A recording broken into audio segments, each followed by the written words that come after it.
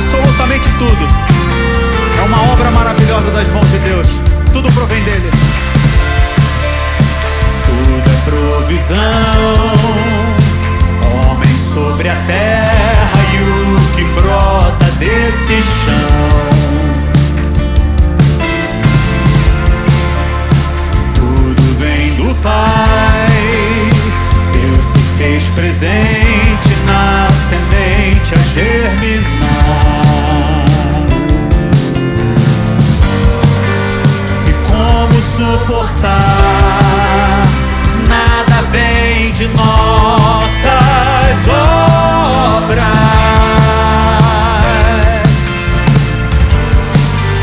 O pão em nossas mãos e o vinho que bebemos, tudo é graça.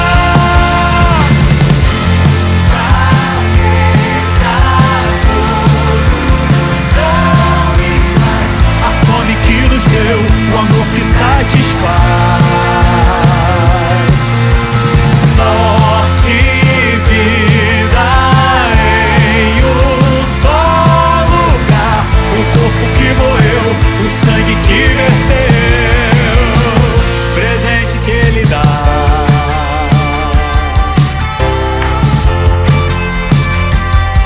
Existe uma grande mesa para mim e para você, e nessa mesa todos nós somos absolutamente iguais na vida e na morte de Cristo. Junto à mesa todos são iguais. A fome que nos deu, o amor que satisfaz. Em sua morte e em sua vida. Morte e vida em um só lugar. O corpo que morreu e o sangue que verteu. Junto à mesa todos são iguais. A fome que nos deu, o amor que satisfaz. Morte e vida em um só lugar. O corpo que morreu e o sangue que verteu, presente que ele dá.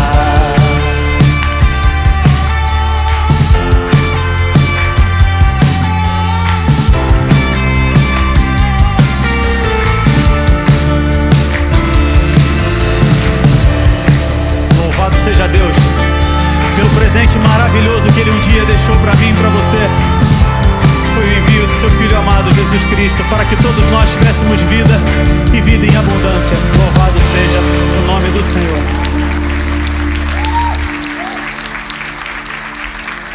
Louvado seja aquele que em Cristo reconciliou todos nós. Reconciliou a mim e a você, num amor que é capaz de ir até as últimas consequências, de resgatar do pecado e da morte. Em Cristo todos nós fomos definitivamente reconciliados e fomos amados por Deus, todos nós, porque o amor perdoa, o amor perdoa.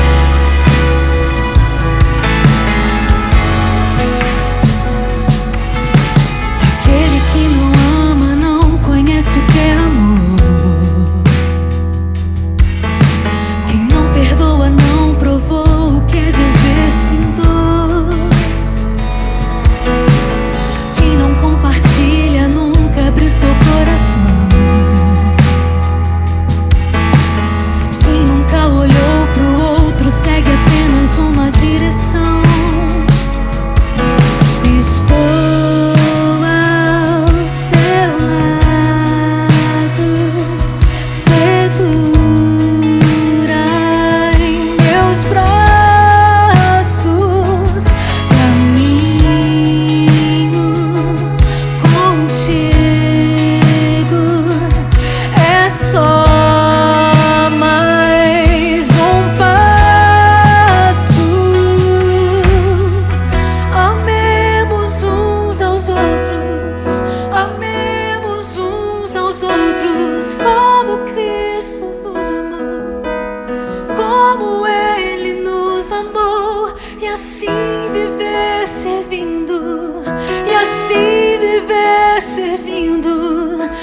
amor perdoa tudo. O amor perdoa tudo.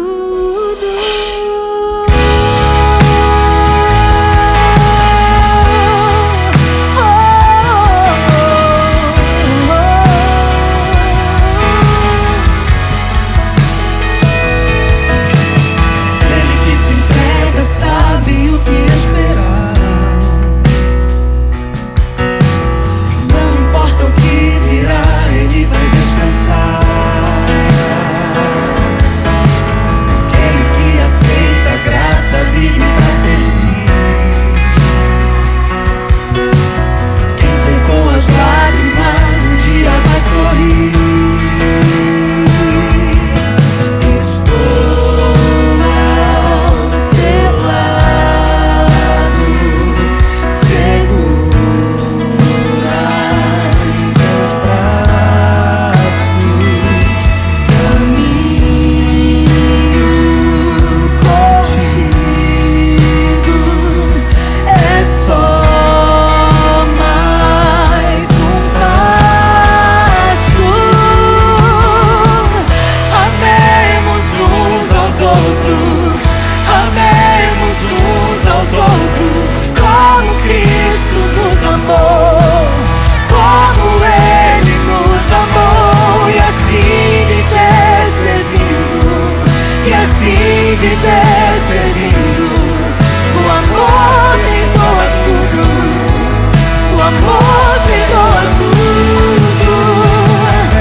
Amemos uns aos outros, amemos uns aos outros, como Cristo nos amou, como Ele nos amou, e assim viver servindo, e assim viver servindo. O amor perdoa tudo, o amor perdoa tudo.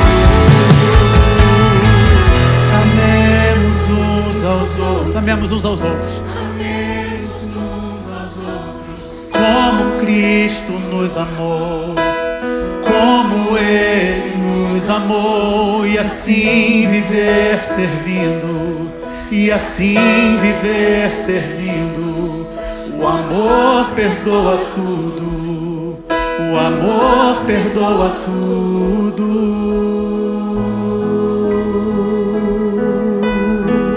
O amor de Deus é simbolizado na Bíblia de muitas formas. Uma das formas muito bonitas que eu gosto sempre de contar e de falar isso nos lugares onde eu passo é que o amor de Deus é simbolizado na forma de uma mesa, de um lugar onde todos se sentam, onde ninguém pode ser impedido de se sentar nessa mesa.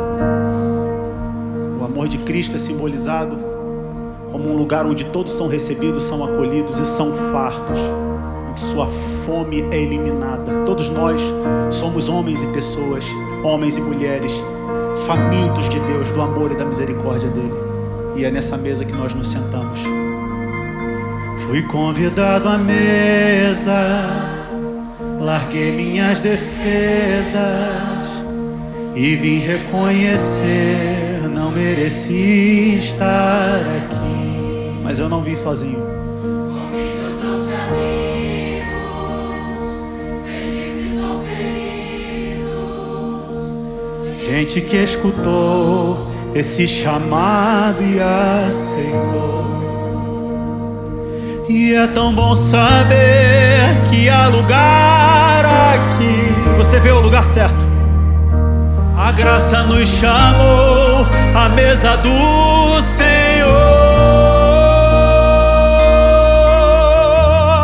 Há lugar na casa, há perdão na casa. Quando estamos juntos, nosso encontro é Deus Pai, a esperança na casa, recomeço na casa, reunidos nele, nosso encontro é casa. De Deus Pai, de Deus Pai, de Deus Pai. Senhor, todos nós fomos atraídos pela som da sua palavra. O som da sua palavra curou a nossa alma. O Verbo nos amou, da solidão nos resgatou. E é tão bom saber que há lugar aqui. A graça nos chamou à mesa do Senhor. Há lugar na casa, há perdão na casa. Quando estamos juntos, nosso encontro é casa. Deus Pai, a esperança na casa. Recomeço na casa. Reunidos nele, nosso encontro é casa. Há lugar na casa, há perdão na casa. Quando estamos juntos, nosso encontro é casa. Deus Pai, a esperança na casa. Recomeço na casa. Reunidos nele, nosso encontro é casa. De Deus Pai,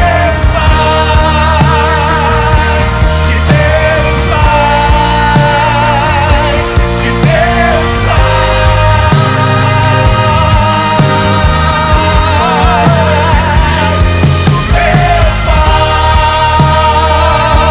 do seu Pai, do nosso Pai.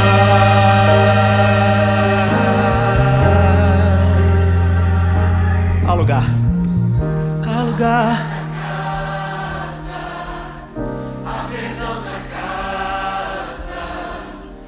Quando estamos juntos,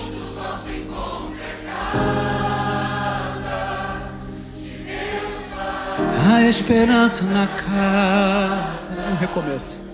Recomeço na casa. Reunidos nele, nosso encontro é casa. De Deus Pai, de Deus Pai, de Deus Pai. Ele é meu Pai. Ele é seu Pai e Ele é nosso. Do seu Pai, O Pai é nosso. do nosso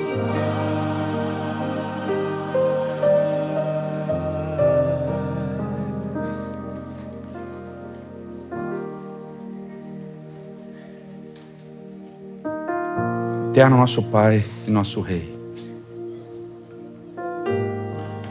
E a gente sempre começa a oração assim, Senhor, porque a gente precisa desse Pai amoroso e desse Rei justo na nossa vida o tempo todo. A gente precisa de Ti, na completude, na complexidade de quem o Senhor é. E a gente fala de Pai porque durante a semana a gente enfrenta tantas coisas, tantos desafios. E a gente chega no sábado, a gente quer aquele colo de um Pai amoroso, que vai nos ouvir, que vai nos entender, que vai nos apacentar. Obrigado por ser esse Pai. Obrigado por dar colo individualmente para cada um de nós. E obrigado por dar colo para a gente como comunidade também. E agora que a gente vai estudar a Tua Palavra, que a gente vai conversar sobre Ti, que a gente continue sentindo esse amor, esse carinho. E que a gente continue crescendo na convicção de que contigo a gente sempre tem um lugar. Nós oramos em nome de Cristo. Amém. Amém.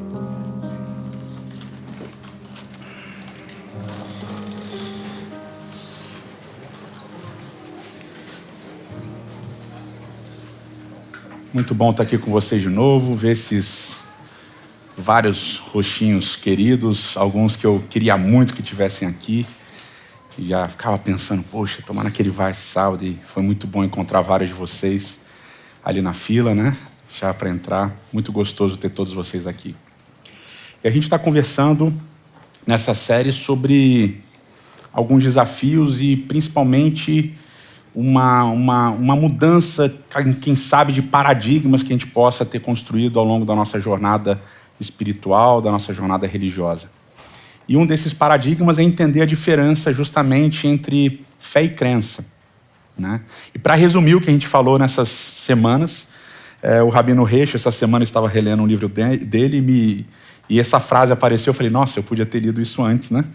E lembrei dessa frase e trouxe aqui para vocês. Ele diz de uma maneira muito sábia: fé é uma relação com Deus e a crença é uma relação com uma ideia ou com um dogma. E a gente tem visto justamente nessas semanas que a gente precisa desenvolver essa fé que é um relacionamento, essa fé que é uma confiança irrestrita em Deus, em alguém, não em ideias, não em crenças, não em dogmas. E essa construção nem sempre é fácil, porque confiar não é um processo único que acontece um momento só na sua vida e nunca mais se repete. Pelo contrário, a confiança é uma coisa que você vai renovando constantemente no seu relacionamento. E é por isso que confiar, por isso que ter fé é tão difícil, porque envolve esse mover-se na vida, né? Esse acontecer, esse experimentar diferentes situações, né? Por exemplo, há uns anos atrás eu viajei, fui fazer uma viagem para falar num encontro de pastores, e nessa viagem de encontro de pastores eu resolvi levar 2 estudantes que estavam no finalzinho do curso de teologia. Eu vou levar comigo, a gente vai conversando, batendo papo, né? Vai rolando ali uma confraternização legal. E aí na volta, eu estava cansado, falei 2 dias e tal, aí eu falei para um deles, falei assim, dirige aí na volta, né? Vai no carro e tal. Eu fui do lado dele, ele foi dirigindo, e no primeiro pedágio ali na Dutra, ele passou em todas as tartarugas que dividem as faixas, né? Aí eu olhei para ele e falei, você disse que dirigia bem. Eu falei, não, eu dirijo. Eu falei, mas então você escolheu passar nas tartarugas ou aconteceu, né? Não, eu não vi, eu fiquei indeciso e tal. E aí a confiança nele dirigindo ficou um pouquinho abalada, né? Eu botei a mão ali naquele negócio de ser seguro aqui no carro e já fui mais preocupado com a direção dele. Então, aquela confiança que eu tinha nele deu uma abalada durante o nosso relacionamento como motorista dele, pelo menos, né? Então, a confiança é isso, você vai desenvolvendo esse processo e às vezes essa confiança ela é abalada, às vezes você fica em dúvida, às vezes você tem problemas nesse relacionamento por coisas que acontecem. E a fé é isso, o problema da fé é isso, é que a gente confia 100% em um momento, no outro momento a gente não confia 100%, a gente tem dificuldade de confiar 100%, porque muitas vezes a gente não entende o que está acontecendo, a gente não percebe o que está acontecendo, ou as coisas que estão acontecendo fogem daquilo que a gente imaginava, fogem daquilo que é racional.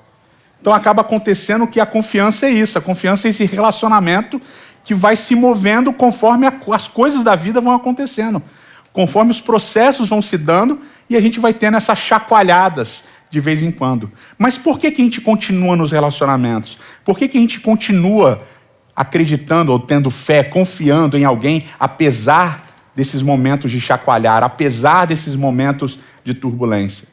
Muitas vezes essa confiança tem a ver com uma intuição, tem a ver com alguma coisa que está dentro de você e você não sabe explicar. Você não consegue nem entender o que é. Então, para a gente entender um pouco de fé e de confiança, a gente precisa pensar no que a gente crê. Porque muitas vezes no que a gente crê, a gente percebe que a gente não está crendo por razão ou por lógica, mas a gente está crendo por uma coisa que está além da razão e da lógica. Por exemplo, a maior parte de vocês que estão aqui provavelmente são cristãos. Têm a fé cristã. Então, se vocês têm a fé cristã, vocês acreditam em Jesus como Cristo. E ao acreditar em Jesus como Cristo, tem 2 coisas que são essenciais para você se denominar cristão, né? Você precisa acreditar que Jesus é Deus encarnado, e você precisa acreditar que ele viveu e morreu nessa terra e ressuscitou. No 3º dia ascendeu aos céus e agora está à direita do Pai. Só que racionalmente isso é um negócio difícil, não é tão simples. Primeiro, acreditar em Deus já é um desafio. Mas ok, talvez você tenha vencido essa barreira inicial e talvez você até consiga explicar. Agora, acreditar que ele encarnou, que Deus se fez homem, como foi esse processo? Como é que Deus, o rei do universo, o criador de todas as coisas, encarna, vira um bebê, mama, suja a fralda, chora, depende exclusivamente da mãe e do pai para tudo, cresce, se desenvolve, tem vontades, tem desejos, vai ao banheiro. Imaginou Deus indo no banheiro? Começa o ministério, prega, cura, faz um monte de coisa que estão além da nossa lógica, a gente falou um pouco disso semana passada. E aí morre. Deus morre. Deus encarnado morre. E às vezes a gente olha para trás e pensa assim, os discípulos não creram. Meu amigo, você creria? Ele passa 3 anos e tanto convencendo todo mundo de que ele era Deus, que ele era o Messias, que ele podia tudo. E aí depois que ele convence um monte de gente, ele morre. Numa cruz. Mas no 3º dia ele ressuscita. Aparece para uns, aparece para outros. Se ele aparecesse para todo mundo era mais fácil. Todo mundo ia falar, o cara ressuscitou mesmo. Mas ele não aparece para todo mundo. Ele aparece para umas mulheres, depois ele aparece para os discípulos, vai numa praia, faz um peixinho e tal, come o peixinho, o cara morreu, ressuscitou e foi comer peixe. Aonde está a racionalidade disso, a lógica disso? Não tem. É inexplicável, não se encaixa em nenhuma caixinha de razão, de lógica que você possa ter. Então você já tem uma fé por ser cristã que vai além da razão, que foge de qualquer explicação. Você já tem, você já acredita em Jesus. Mas aí você tenta encaixar a encarnação e a ressurreição e os milagres de Jesus em alguma caixinha de explicação. Mas essa explicação, ela não cabe dentro da nossa razão, porque a gente não consegue explicar. Você tenta, mas você não consegue. Mas aí tem outras coisas que são desafiadoras na Bíblia. Você começa a ler a Bíblia, é um processo difícil.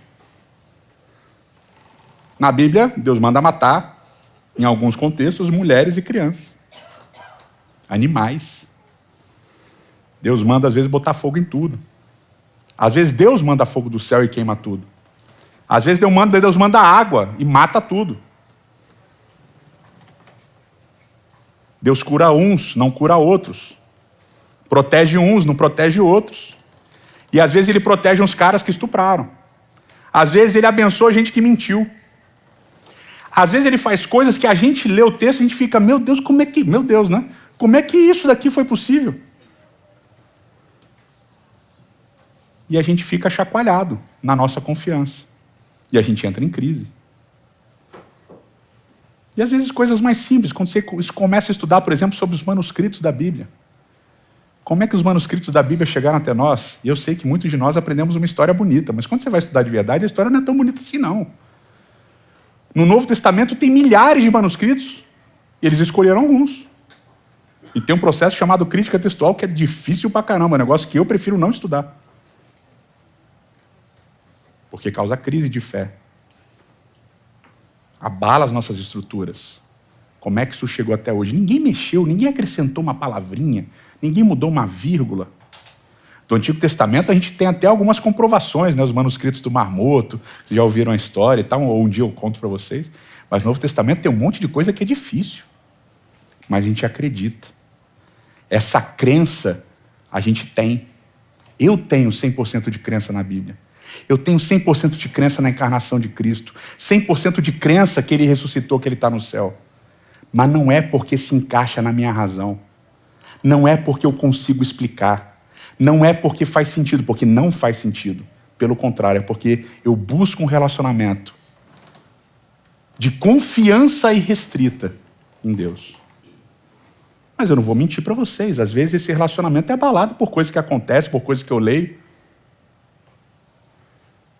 E nada abala mais o nosso relacionamento com Deus do que o imperativo das circunstâncias que a gente vive. Eu acho que a pandemia trouxe muito isso para a gente.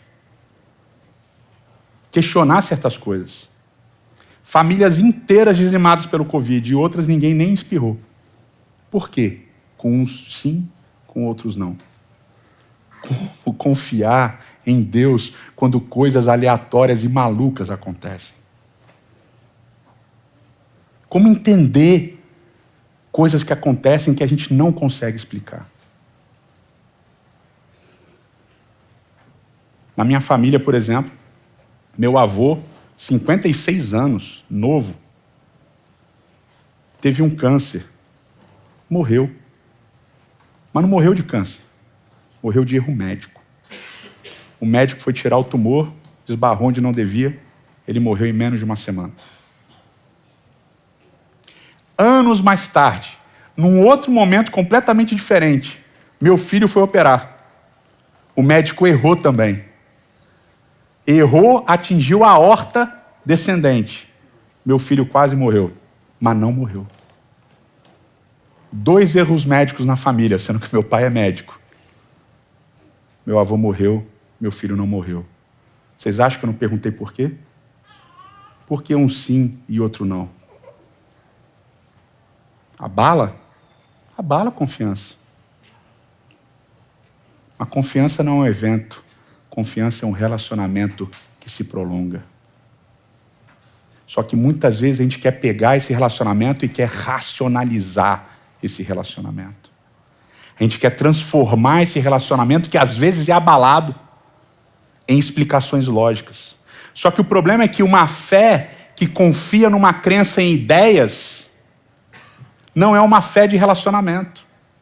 Porque quando o Deus que você crê, ele cabe dentro das suas explicações, e tudo que acontece você consegue dizer, não foi por causa disso, não foi por causa daquilo, e tudo faz sentido, não é Deus que você está adorando, é você mesmo. E as suas próprias explicações sobre tudo. Porque uma coisa que a gente precisa pensar, e como cristãos a gente não pensa, que crer em Jesus Cristo como Deus encarnado, morto e ressurreto, que ascendeu aos céus, está à destra do Pai, não é um evento simples. A gente crê, mas a gente não crê porque faz sentido. A gente crê porque a gente tem uma intuição, porque o Espírito se move dentro de nós, em nós, e nos leva a continuar confiando, mesmo quando as coisas da vida chacoalham a nossa fé. E tem uma história muito bonita de Jesus em João 5, que é o paralítico, há 38 anos paralítico. E ele estava ali no tanque de Betesda. Lembra? E qual era a crença da época? Uma crença meio estranha, meio pagã, meio de adoração de outros povos, e que os israelitas ali acabaram pegando, de que as águas daquele poço ali, que era embaixo de uma fonte intermitente de água, que quando aquela água se balançava, é que um anjo da cura tocava e as pessoas pulavam, e o primeiro que pulasse e encostasse ali, de onde vinham as bolhas, seria curado. E aquele indivíduo estava lá, e Jesus vai até lá, e Jesus fala com ele. Vocês lembram o que acontece? Jesus fala assim, você quer ser curado? O que ele responde? Ué, eu estou aqui. Estou esperando alguém me ajudar para chegar naquela água, que está balançando. Jesus, que cura paralítico, o ministério dele todo, da vida dele toda, está na frente do cara. O que ele está pensando? No poço. Na explicação que ele construiu, que era racional para ele. Que fazia sentido para ele. Eu estou aqui, tem um poço, já ouvi dizer que nesse poço balança, a água cai. Aí vem o cara que cura todo mundo, está diante dele. Você quer ser curado? Quero, me ajuda aí para o poço. Eu falei, não, você não entendeu. Esquece o poço, pensa em mim, olha para mim. Isso é o processo de fé. É esquecer o poço e olhar para Jesus. Pensar nele. Eu termino com uma lenda rabínica que eu acho fenomenal. 2 rabinos pós-holocausto estavam conversando, discutindo sobre o porquê Deus permitia injustiças, o porquê Deus permitia a morte, porquê Deus permitiu a morte de 6 milhões de judeus, fora negros, homossexuais, doentes mentais e assim por diante. Como é que Deus permitiu tudo isso? E eles conversaram a noite toda, mais de 12 horas de conversa, o dia raiou, eles continuaram conversando, e ali por volta das 6, 7 horas da manhã, eles chegam à conclusão de que Deus não existe. Deus não existe. Deus não pode existir, sendo que tanta coisa ruim acontece no mundo, ele não faz nada. Se despedem, vão embora. Mais ou menos 2 horas depois, 9 da manhã, eles se encontram na sinagoga. Um olha para o outro e fala: o que você está fazendo aqui? A gente não chegou à conclusão de que Deus não existe? Aí o outro responde: ué, o que ele tem a ver com isso? As nossas crenças sobre Ele não são Ele. Ele é maior. E a gente precisa manter na nossa mente de que os abalos da nossa fé, quer sejam por doutrinas, quer sejam por histórias da Bíblia, quer sejam por coisas que a gente não consegue explicar, não tem a ver com quem Ele é. E a nossa oração é para que Ele continue movendo o Espírito dEle dentro de nós, para que nesse processo de relacionamento profundo, de confiança irrestrita com Ele, quando as coisas forem chacoalhadas, que através do Espírito a gente continue caminhando ao lado dEle, mesmo que as nossas conclusões não o favoreçam, que a gente continue tendo a certeza de que Ele continua do nosso lado, constantemente. E que a nossa confiança, quando abalada, possa continuar se fortalecendo por causa dos abalos. Eterno nosso Pai, eterno nosso Rei, muito obrigado, Senhor, porque nesse relacionamento que nós temos contigo, as coisas não dependem da nossa razão limitada, da nossa visão limitada, das limitações que nós temos de tempo e espaço.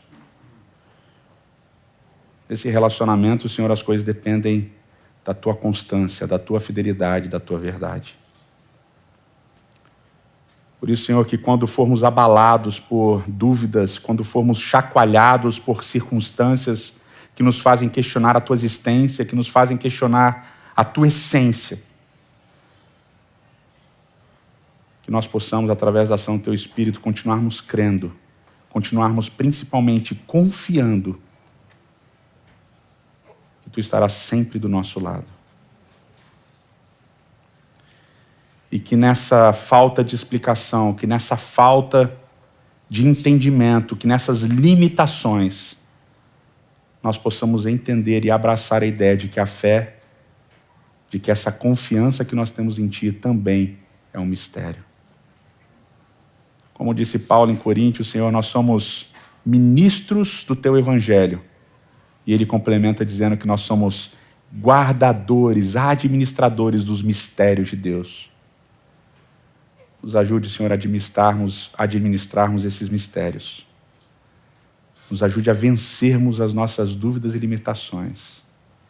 E que aonde faltar razão, aonde faltar explicação, que continuemos confiando irrestritamente em Ti e no Teu amor. É o que nós te imploramos em nome de Cristo. Amém.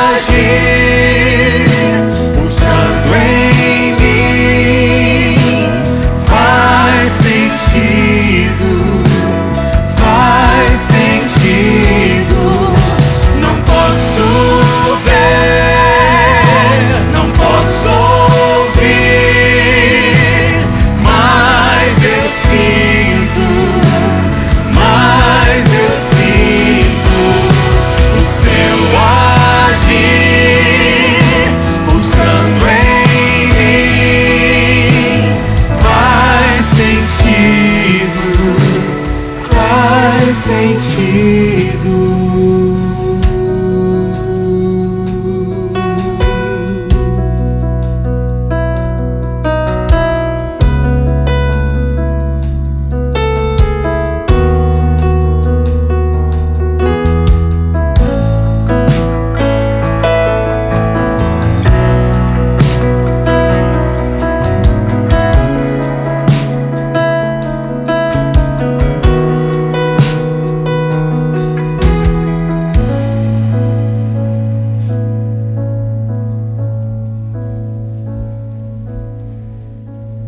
Que o Senhor te abençoe e te guarde. Que o Senhor faça brilhar o seu rosto sobre ti e tenha misericórdia de ti.